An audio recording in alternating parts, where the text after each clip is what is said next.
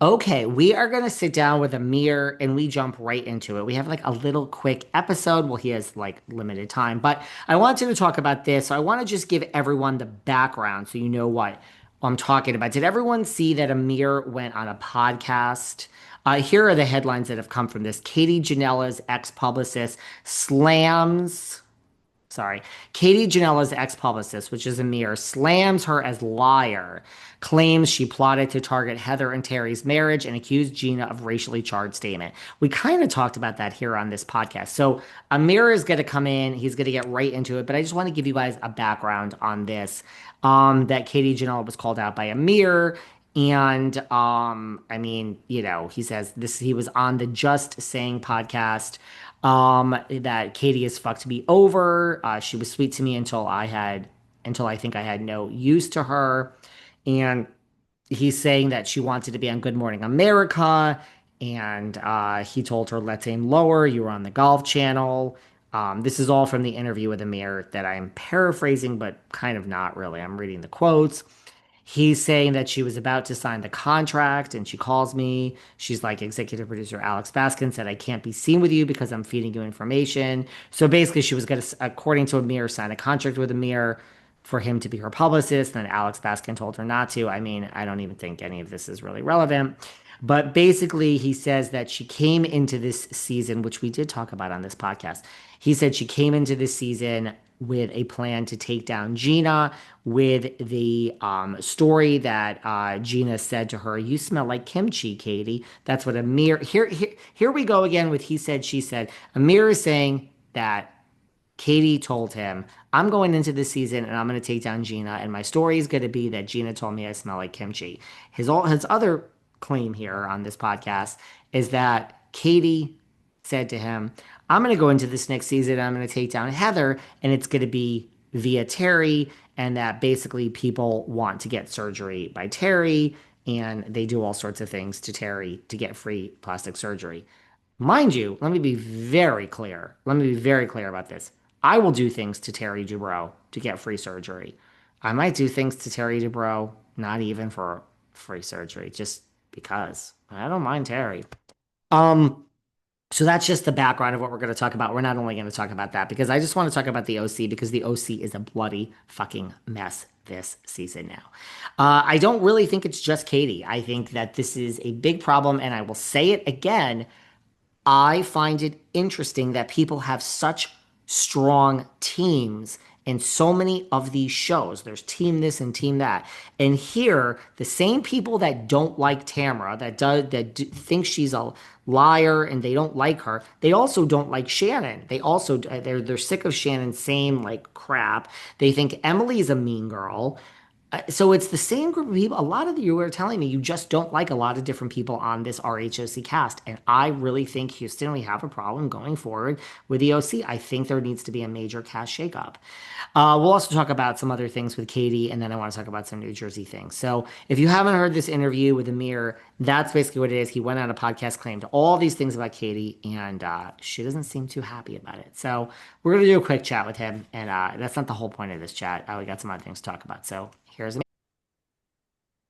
Hey everyone, this is David. Welcome back behind the velvet rope. Let's just get right into it today because we are here with a man that's been speaking a lot about a lot of things, Mr. Amir Yaz. Hello, I'm my darling, my friend, my legal advice. You are a star.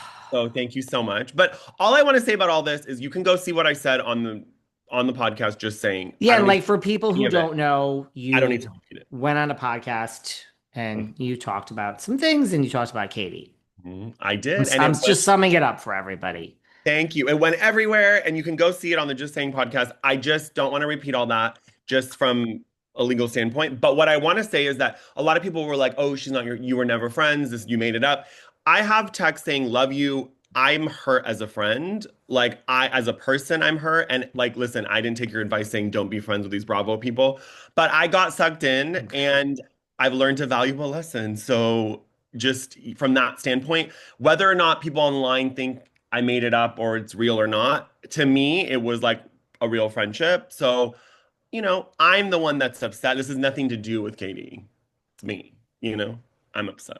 That makes sense. Everyone can go listen to it about something. Listen, you said, I mean, I might have even said these things. I feel like you said some of these things here on this podcast. I don't even think they're such a secret. I'm not saying that I need any clout for any of this, but Right. like we've talked about the things Yeah. that you've said, where she said, that like she wants to be on GMA instead of well, whatever, the Golf Channel, and Right. some things about Right. Gina and Terry and Heather and blah, blah, blah. Right. Yeah, so that went somewhere. And you know what I want to talk about? Well, I'm sorry you're upset. It's It's not okay. about me either being right, but listen, Told everyone you could be so. friends with anyone they want. I just feel that everyone in the housewives world has their own agenda because it's how the show is set up. It's set up so that it's Game of Thrones and they are afraid of their jobs and therefore they have to fight. It's really not a fun job to have. No, no. I think it makes you like if you're already kind of paranoid, it like sends it into overdrive. I don't, and then, I just think, and this is not really anything you said. I just happened to see this article. I thought it was Us Weekly, but I guess it was OK Magazine, Yep. where then there's a source. We all have all these sources that Mhm. say you should be afraid. To me, it's like these empty threats from Katie. I don't know if Katie's putting the story out, but, we're like, Amir, it's like, I just think. I don't know. It's just Katie has bigger problems than Amir Yes. Yaz. Yeah, 100%. Yes, Amir Yaz, Queen. Totally. I Totally. don't think Totally. I just think it's idle threats, and I don't think Katie's coming back. I think there's a major cast change that is coming to Orange County. This is a mess of a season. It's a It is. mess. It is. It's not working. And again, the thing is, like, even as podcasters, bloggers, whatever you want to call us, whatever they say, it's like at the end of the day, we don't even care about the storyline anymore. Like, we want to see these women in this outside source and this outside this and the outside that. Like, you guys, are you guys getting along or not? Like, forget about the outside source. So I think that's where it kind of gets old. But anyways, I mean, aside from all that, people have been lovely. There are the people that are trolls, and then there's the people that have been super lovely. So you kind of like when you go through something like this, again, this is not my first like foray into the Bravo world. I've talked about Erica Jane, I've talked about Michael B. Jordan. It's not my first time, but you really see kind of where your friends are at. You see who shows up for you. You see Mhm. who kind of turns their back, who stops responding to you, who unfollows you. I had a lot of unfollows. So, Well, because normally that's how it is, like very early on. Now we are good now. I had a moment with Tori Spelling before oh, any of this, where that was kind of like my first foray into a fallout. And I mean, this goes back. Tori and I are great now. We're oh, good. good. I'm But happy. I'm I love just saying, like, it was one of these things where it was like, of course, no one's going to be on my side. And now I have a podcast, so it's different now. But even like back when I fell out with Marge, I'm like, of course, like that sadly is how it is when it's in this industry. People will always choose the bigger name, except for the people that are your actual friends. And is how you find out who your friends are. totally, And totally. this is why I tell you when I tell you I don't want to be friends with anybody in this industry. It is not lip service. It's not arrogance. I am not interested. I I give flowers and props to everybody who is going to find this out on their own and wants to be have a great time at it.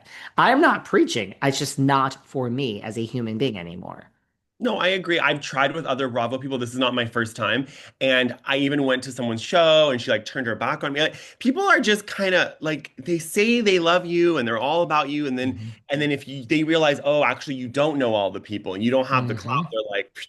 So I think that Hmm. and I think that this is just like catching up to her and that's not anything that is not out there. It's not like